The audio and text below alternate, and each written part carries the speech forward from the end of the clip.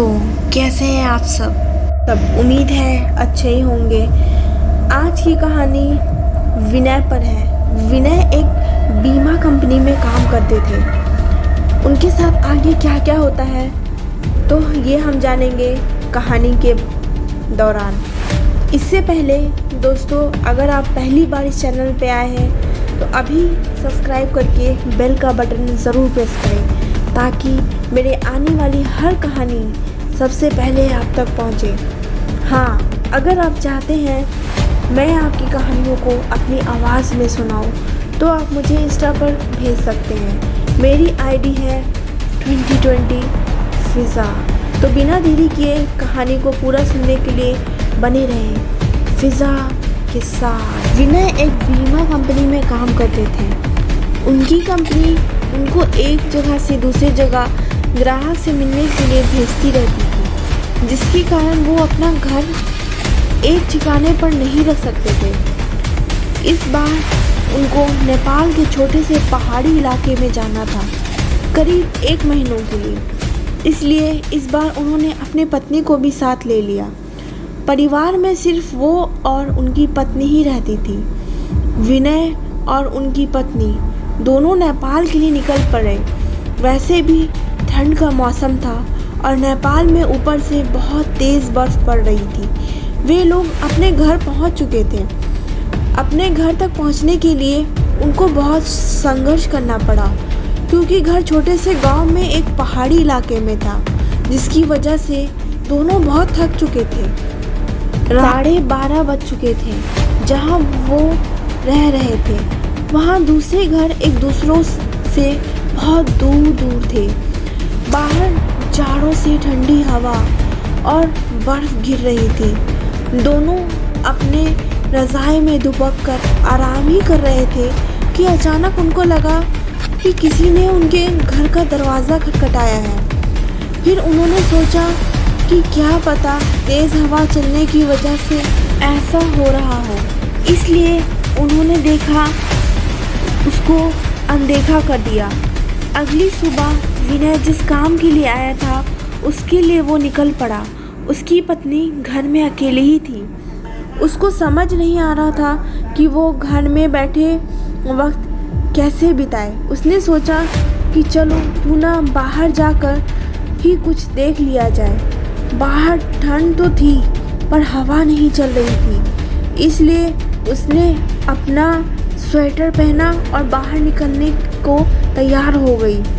जैसे ही उसने अपना घर का गेट खोला, वैसे ही देखती है कि घर के पास बने एक खंभे के पीछे एक छोटा सा बच्चा खड़ा है, जो उसको चुपके देख रहा है। विनय की पत्नी ने उसको अपनी ओर बुलाया और वो नहीं आया और वो वहाँ से भाग गया। अगले दिन भी कुछ ऐसा ही हुआ। वो लड़का उसको फिर से घूरे जा रहा था। इस बार उसकी पत्नी ने उस बच्चे को पकड़ लिया और पूछा कि तुम यहाँ क्या कर रहे हो। उस बच्चे ने कुछ नहीं बोला और ना ही कुछ बताया। विनय की पत्नी ने उससे उसके घर के बारे में पूछा, तब भी वो कुछ नहीं बोल रहा था। आखिर में उसका नाम पूछने पर उसने अपनी धीमी सी आवाज़ में अपना नाम सूर्य बताया और फिर वहाँ से भाग गया। उसको उसका व्यवहार कुछ समझ नहीं आया। यह सिलसिला ऐसा ही चलता रहा। वो बच्चा रोज़ उसके खंभे के पीछे से निहारता रहता था। उस दिन रविवार की रात थी। दोनों घर में अंगीठी के सामने आग ताप रहे थे, क्योंकि बाहर की हालत बहुत ख़राब थी। इतनी ख़राब कि कोई थोड़ी देर के लिए बाहर निकल जाए तो उसकी जान चली जाए। अचानक दरवाज़ा किसी ने खटखटाया। उन दोनों को फिर से लगा कि शायद हवा की वजह से ऐसा हो रहा हो। तभी फिर से किसी ने दरवाज़ा खटखटाया। इस बार खटखटाने की आवाज़ साफ आ रही थी। ये आवाज़ सुनकर दोनों डर गए, क्योंकि इतनी रात को वो भी जान लेने वाली ठंड में आखिर कौन हो सकता है। दोनों केवल एक दूसरे का मुंह देख रहे थे। अचानक दरवाजे के बाहर से धीरे धीरे रोने की आवाज़ आने लगी। तभी विनय ने ज़ोर से आवाज़ में बोला, कौन है बाहर? कुछ देर तक आवाज़ तो नहीं आई, पर बाद में एक धीमी सी आवाज़ आई, दरवाज़ा खोलो, कृपया करके दरवाज़ा खोलो, बहुत ठंड है। ये आवाज़ किसी छोटे से बच्चे की थी। तभी विनय की पत्नी को ये आवाज़ जानी पहचानी लगी। उसने कहा, ये तो वही बच्चे की आवाज़ लगती है जो रोज़ घर के बाहर खड़ा रहता था। विनय की पत्नी ने कहा कि हमें उसे अंदर लाना चाहिए। वो भागते हुए अभी दरवाजे के पास जा ही रही थी कि अचानक उसके घर के फ़ोन की घंटी बजी।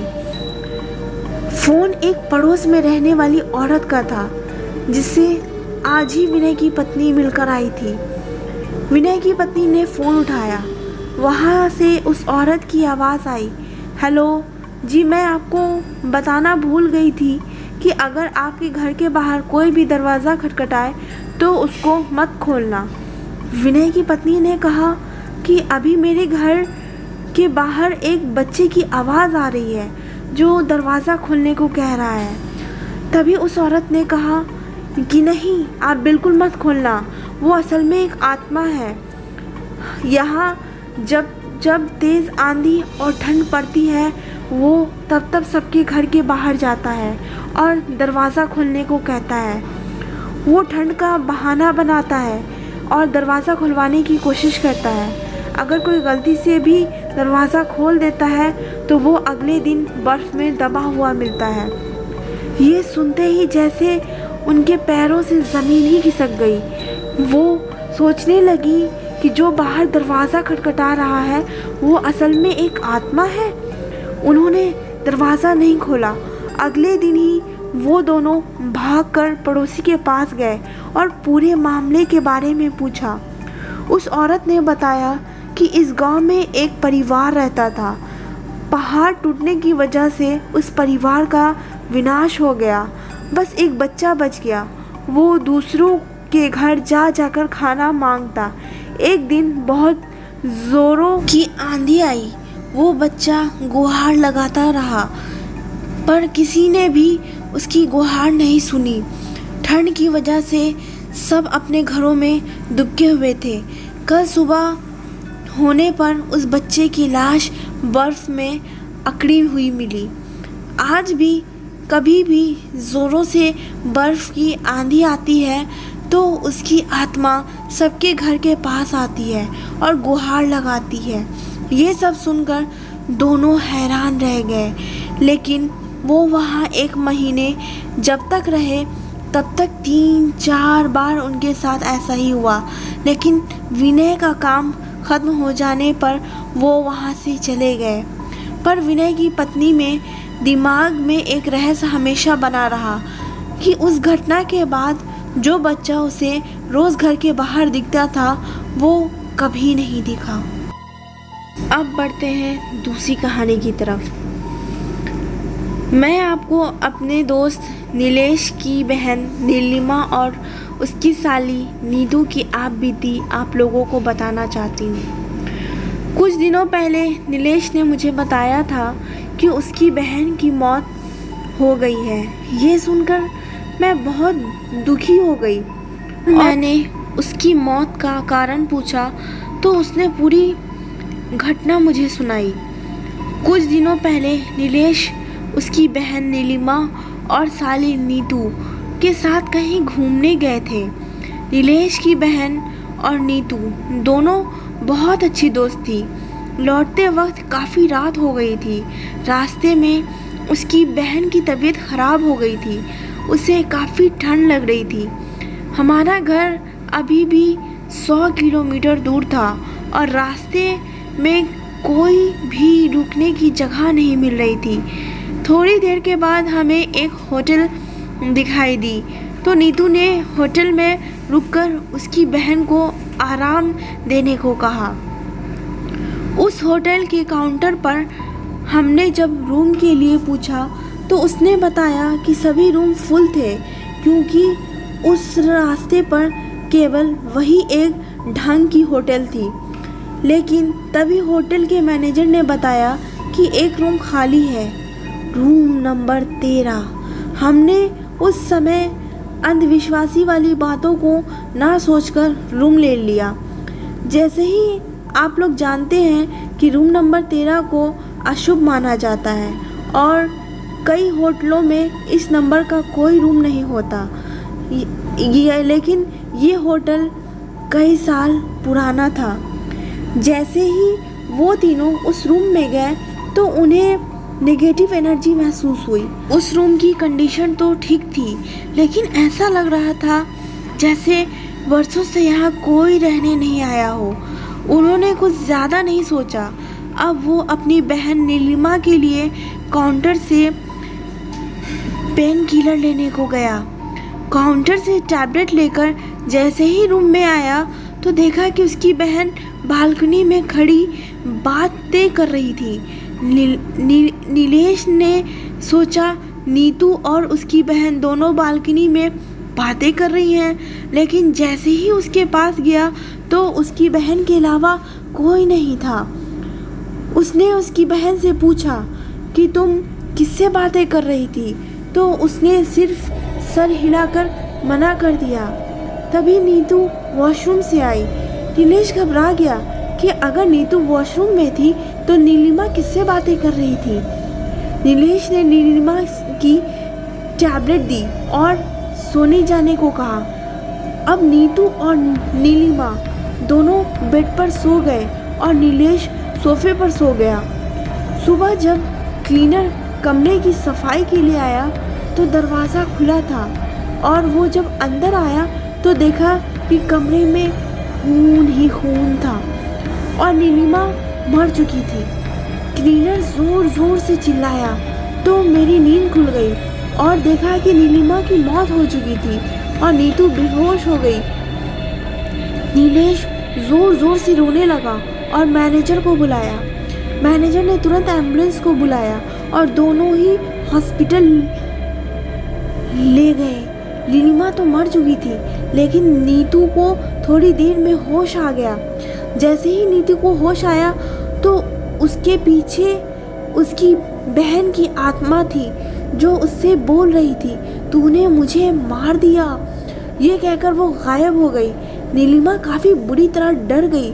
अब नीलेश में नीतू से सारी घटना पूछी तो उसने बताया कि रात को जब मैं पानी पीने उठी रात तो देखा नीतू फिर से बालकनी में बैठी थी और कुछ बड़बड़ा रही थी और मैं जैसे उसके पास गई और उससे पूछा कि वो यहाँ क्या कर रही है, तो उसने मुझे ज़ोर से धक्का दिया और मेरा सर दीवार से टकरा गया और मैं बेहोश हो गई और उसके अलावा मुझे कुछ याद नहीं है। जैसे ही नीतू हॉस्पिटल से छूटी तो वो नीलेश के साथ उस होटल में गई और उसने काउंटर पर मैनेजर से बात करने को कहा तो उसने बताया कि आपकी घटना के दूसरे दिन मैनेजर की मौत हो गई थी। वो दोनों शॉक हो गए। उन्होंने क्लीनर से माजरा समझने की कोशिश की तो उसने बताया कि आप जिस रूम में रुके थे वो प्रेत बाधित था और रात में वहाँ कोई नहीं रुकता, लेकिन मैनेजर ने पैसों के चक्कर में रूम आपको दे दिया। इस घटना के बाद नीलेश काफ़ी सदमे में चला गया और कभी किसी होटल में नहीं रुका। तो अब बढ़ते हैं तीसरी कहानी की तरफ। आइए सुनते हैं तीसरी कहानी। दोस्तों, भारत देश विचित्रता का देश है। यहाँ पर एक सामान्य इंसान से लेकर बड़े बड़े व्यापारी भी ज्योतिषी के सहारे आगे बढ़ते हैं। क्या ज्योतिष विज्ञान से इंसान अपने भविष्य को देख सकता है? इसका उत्तर तो वो ही लोग दे सकते हैं जिन्होंने इससे अनुभव किया हो। हम जिस चीज़ को जब तक अनुभव नहीं करते तब तक वो हमें सही नहीं लगती।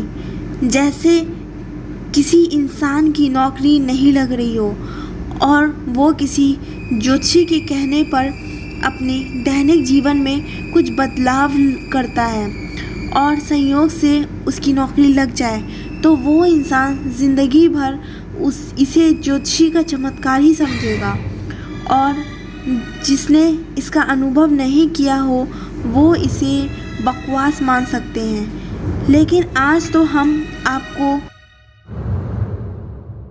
जो कहानी सुनाने जा रहे हैं वो ना किसी ज्योतिषी का है और ना किसी संयोग का। ये कहानी है एक लड़की के बारे में जिसने अपनी मौत के 7 साल पहले ही भविष्यवाणी कर दी थी। कैसे, आइए जाने। इस लड़की का नाम अम्बा था और वो बचपन से बहुत होशियार थी। इस लड़की के बारे में आपको इंटरनेट पर कहीं पर भी विस्तृत जानकारी नहीं मिलेगी। अम्बा ने अपने पिता को 1 नवंबर 1995 को 14 साल की उम्र में एक कविता गिफ्ट में दी थी, और यही गिफ्ट हमारी इस कहानी का रहस्य है। आखिर ऐसा लिखा था उस कविता में जो भविष्य की सच्चाइयों को बयान कर रहा था, और वो उसकी ज़िंदगी का आखिरी सच बन गया। उस कविता में अम्बा ने लिखा था, एक निर्जीव शरीर पड़ा मेरा शरीर जिससे बंधी थी मैं अनोखे धागों से, एक लगाव सा था क्योंकि वो मेरा शरीर था। तड़प रही थी मैं एक और सांस जीने के लिए, झूम उठी मैं अपनी आज़ादी से। मैं उड़ी, मैं चली एक नई उड़ान भरने, दिल में एक आस थी, एक नज़र देख तो लूँ मेरी ख़त्म होती ज़िंदगी। मेरा शरीर जो छलनी होकर पड़ा था खून में लथपथ, यादें 21 साल की, विदाई इस शरीर की सारे बह गई इस मन से। लेकिन आज मैं उठी और उड़ी, पीछे छोड़ अपनों की सिकसिकियाँ। मैं उठी और उड़ी मेरे नए घर की ओर, मैं अकेला पर मैं भी खुश, आँखों में लिए सपना नए। जहाँ का अम्बा ने अपने ज़िंदगी में केवल यही कविता लिखी थी। हालांकि उसे डांस और पेंटिंग का काफ़ी शौक़ था। अम्बा अपने पापा और अपनी एक सहेली सलोनी को अपना सबसे अच्छा दोस्त मानती थी। धीरे धीरे अम्बा 21 साल की हो गई। उसके पिताजी उसकी वही कविता के बारे में सोचकर हमेशा फिक्र करते रहते। एक दिन सलोनी देर रात घर नहीं पहुंची तो उसके पिताजी बहुत घबरा गए, लेकिन कहते हैं ना, होनी को कोई नहीं टाल सकता। 19 नवंबर 2001 को अम्बा की ज़िंदगी में वही मोड़ आ गया और उसके हाथों से लिखी वही कविता वही आखिरी सच बन गई। उसकी गाड़ी उस रात अंधेरे में भटकने से खाई में जा गिरी और वो उन्हीं कविता के पन्नों के ज़रिए अपने नए घर में पहुंच गई। उसके पिताजी को फ़ोन के ज़रिए अम्बा की मौत की खबर मिली और जिसका उन्हें डर था वही मंज़र उनके सामने खड़ा था। उसके पिताजी से मीडिया वालों ने इस बारे में पूछा तो उन्होंने ये सारा सच बताया और कहा, मैं भी एक दिन उसके नए घर में जाकर उसके साथ कुछ पल बिताऊंगा।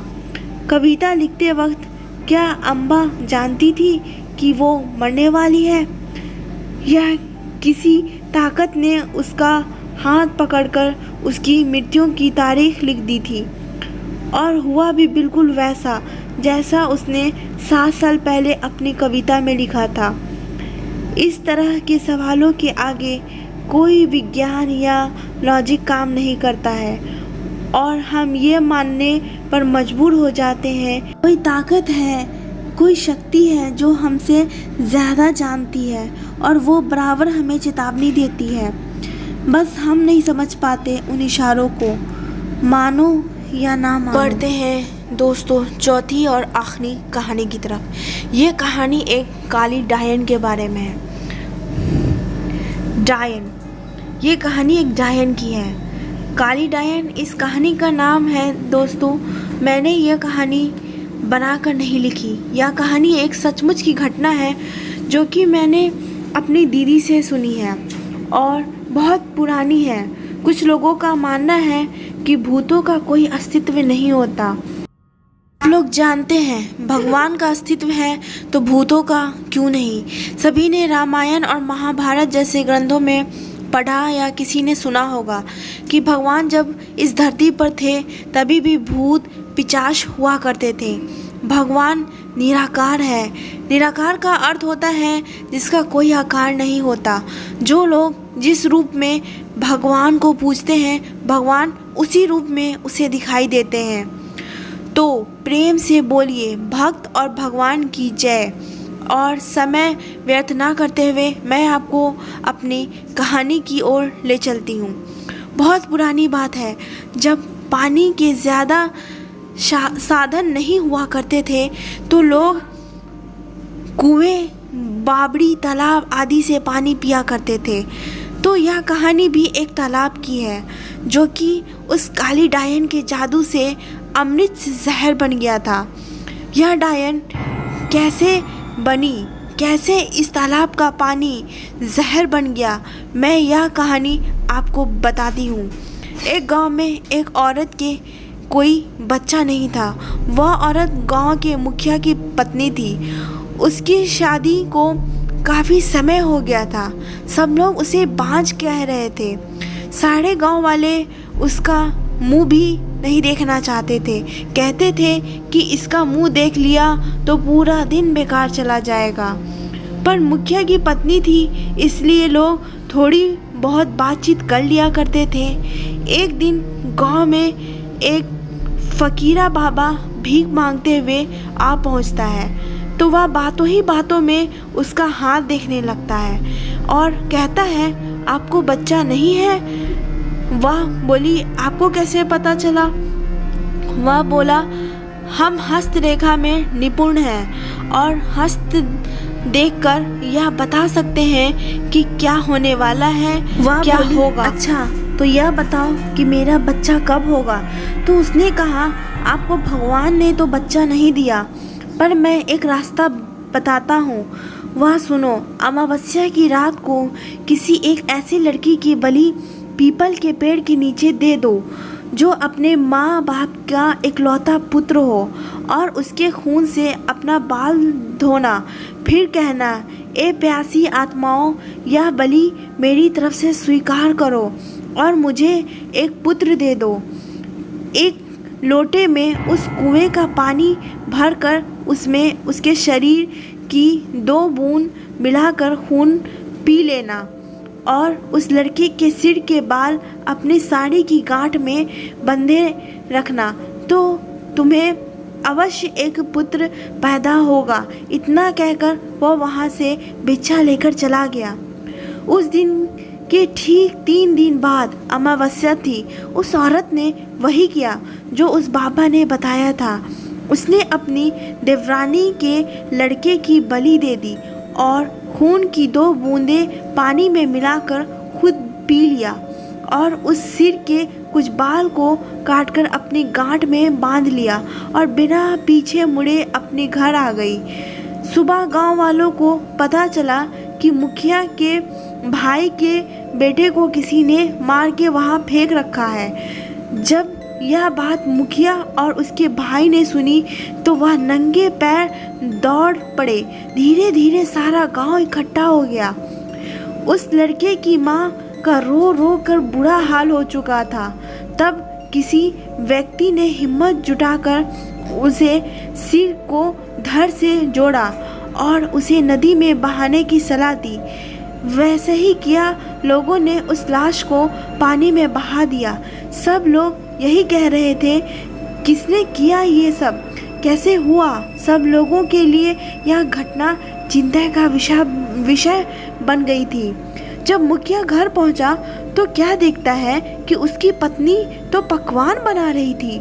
वह बड़ी खुश नजर आ रही थी।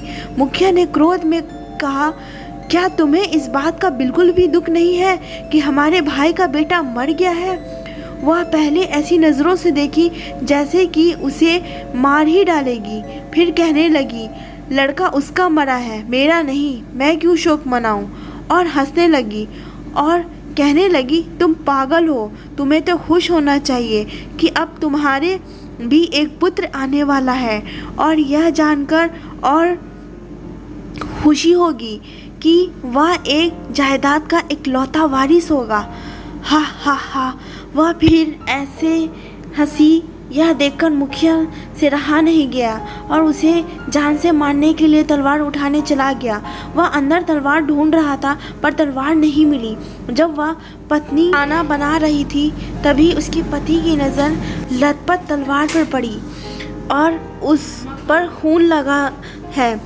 वह यह सब देखते ही समझ गया कि यह सब इसने पुत्र प्राप्ति के लिए बलि दी है। उसने उसे मारने का विचार बनाया और अभी मैं इसको मार दूंगा तो सब लोग मुझे गलत समझेंगे, और वह वहाँ से चला गया। उस दिन से गांव में ऐसी ऐसी घटना होने लगी। किसी की भैंस मर गई, किसी ने उसे मार डाला और उसके शरीर के अंग इधर उधर फैले पड़े जैसे किसी ने उसे नोच नोच कर खाया हो। किसी दिन किसी का कुत्ता, किसी का बछड़ा तो किसी की बकरी मर गई और उसी तरीके से वह मर रही थी जिस तरीके से भैंस को किसी ने मारा था। ऐसी घटना से सारा गांव परेशान था। किसी को यह समझ नहीं आ रहा था कि आखिर हो क्या रहा है। एक दिन की बात है, मुखिया रात को अपने गेट के पास सोया हुआ था। आधी रात के समय उसे गेट खोलने की आवाज़ आई। वह जाग गया। उसने देखा कि एक औरत बाल बिखरे हुए आधी रात को बाहर चली जा रही है। देखने में तो ऐसा लग रहा था ताकि जैसे उसको कोई खींच कर ले जा रहा हो। भादों की काली रात, चारों तरफ से आवाज़ें आ रही थी। कहीं सियार तो कहीं कुत्ते भौंकते। ऐसा लग रहा था उसे कि जैसे उस रात जाने का क्या कयामत ढाएगी। अचानक उसे एक गांव के बछड़े के रंभने की आवाज़ आई। वह समझ गया, हो ना हो यही सारे गांव की बर्बादी का कारण है। मुखिया को दिमाग में एक आइडिया आया, क्यों ना मैं चलकर देखूं कि कहाँ जाती है। वह उठकर चल दिया। उसने आगे चल के क्या देखा कि पड़ोसी की गाय का बछड़ा कटा हुआ, मुंडा हुआ पड़ा है और उसके धड़ को वो काट कर खा रही है और अपनी प्रेत आत्माओं को बलि दे रही है।